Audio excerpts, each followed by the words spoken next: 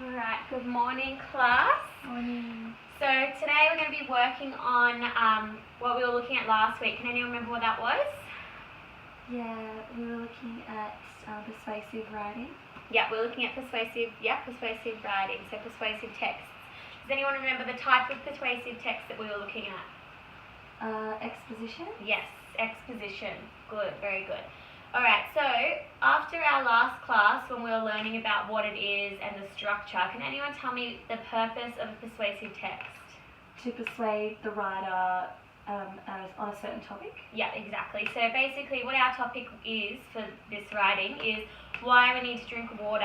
So you're going to either agree or disagree with that topic. So what do you reckon you'll do for yours? Well, I'll agree. Agree? We need Yeah. to drink water. Cool. So basically persuasive writing, you're going to be persuading your reader that drinking water is the best option. So can anyone tell me the structure that we looked at? With the intro and then a main point and conclusion. Yeah. So I'm going my toaster. So we're gonna have a title first, and then we're gonna have our introduction. So what does our introduction include? It would probably include either a question or an introduction to the topic. Yeah. So we're gonna have a question or introduction. So maybe the main argument. Yeah. And then we got, what was next? You said main idea? Yeah. And what's in the main idea? The content in which to support. Yeah. The main argument, I suppose. Yeah, so supporting reasons and evidence. And then lastly, you said conclusion. And this was what, sorry? Just the closing point, I suppose. So the summary or the final comment. Cool. Alright, and so when we're looking at writing, we've talked about this before. Can anyone tell me what maybe the first two of the 7 steps to writing success are? It was planning for success and creating a sizzling start. Yeah, that's right. So the first one is plan for success, which we've kind of already touched on because we did that last class. At the end of the lesson, we did a little mind map, and we had in the middle why do we need to drink why do we need to drink water, and you could either be for or against that. And so do you remember putting your points around? Yeah. So we've kind of already planned for what our exposition is going to hold. And the second one you said sizzling starts. So the sizzling starts one, we're kind of going to be working on that one today because we're not going to be looking at doing the intro, main idea and conclusion, but I'm just going to be looking at doing an intro today. So maybe I'll read one for you on a different topic, and then I'll do one on our topic, which is why do we need to drink water. So this one is on whether we should or shouldn't use public transport. So why would anyone not want to use public transport?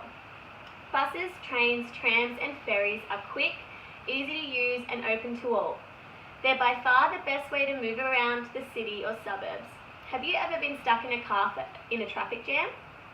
If you use public transport, you would already be at your destination and be a lot less stressed. Sure, sometimes you might have to change trains or buses to get where you want to go, but it is much more interesting than looking at rusty old bumpers. Now when we look at this intro and kind of introduces the main idea also, what would be one of the language features do you think that they've used to catch the reader's attention? They've used a question. Yep, so they've used a question not just once, but they've actually used it a few times without the intro. So that's grabbing your attention because you probably then think in your mind like, oh yeah, why should we use public transport? So what's another thing that they've done? So they've introduced it with a question, but then have they stated what point of view they're coming from? They're heading toward the persuasion of using public transport. Yes. Being for it. So they're for public transport by the introduction that they've shown us. So maybe I'll try and do one for you guys now for why we should drink water. So my point of view, I think we should drink water, so I'm going to be for. So maybe I'll start with a heading. So maybe mine will be H2O is the way to go. Maybe what do you reckon I should start my introduction with? Maybe a question challenging why we do or don't drink water. Yeah, a question challenging why we do or don't drink it, okay? So maybe I'll do, have you ever questioned why it is that we need to drink water? Question mark. Maybe I'll put a statement next of what my opinion is. So it is one of the easiest ways to keep our bodies happy and healthy. Full stop. So have you ever questioned why it is we need to drink water? It is one of the easiest ways to keep our bodies happy and healthy. So I'm saying water is a good thing. Just think about it. Maybe,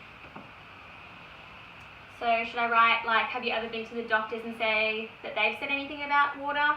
I guess whenever you go to the doctor, they always encourage you to drink fluids. Yeah. Because it will help with your all-around well-being. Yeah.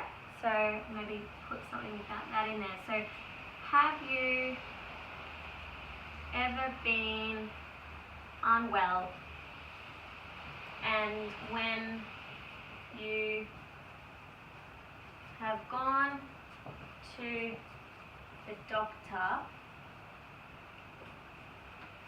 they have told you to keep your fluids up? Maybe I'll put that as a question, so I'll do another question. Have you ever been unwell and when you've gone to the doctor, they've told you to keep your fluids up? Question mark. Maybe I could put a little bit of evidence in there just to keep the reader's attention. So maybe I'll just Google now quickly how much water humans actually have in their body.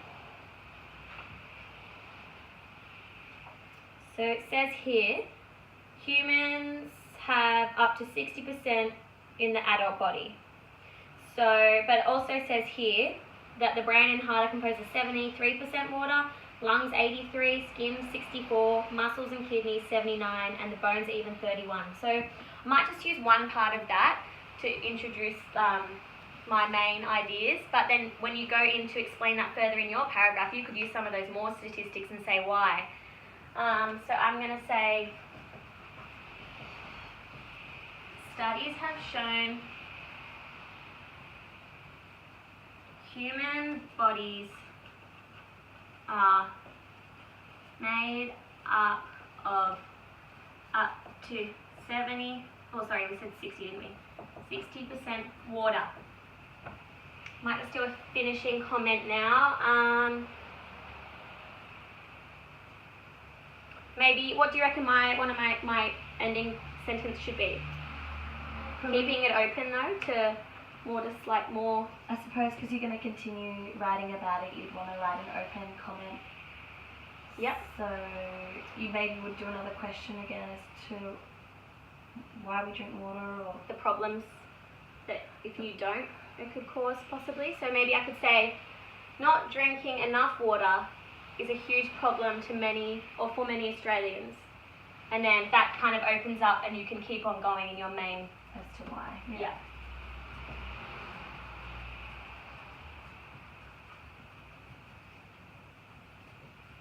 Not drinking enough water is a huge problem for many Australians. So I think here in our introduction we've stated our view, and we've also persuaded the reader into keeping on reading a little bit because they're interested in the topic. So H2O is the way to go. Have you ever questioned why it is important that we need to drink water? It is one of the easiest ways to keep our bodies happy and healthy. Just think about it. Have you ever been unwell and when you've gone to the doctor they've told you to keep your fluids up? Studies have shown human bodies are made up of up to 60% water. Not drinking enough water is a huge problem for many Australians. And then you can go on and have your different paragraphs saying why it's a problem and persuade them why they should be drinking water. Good. Thank you. No problem. Thanks, class.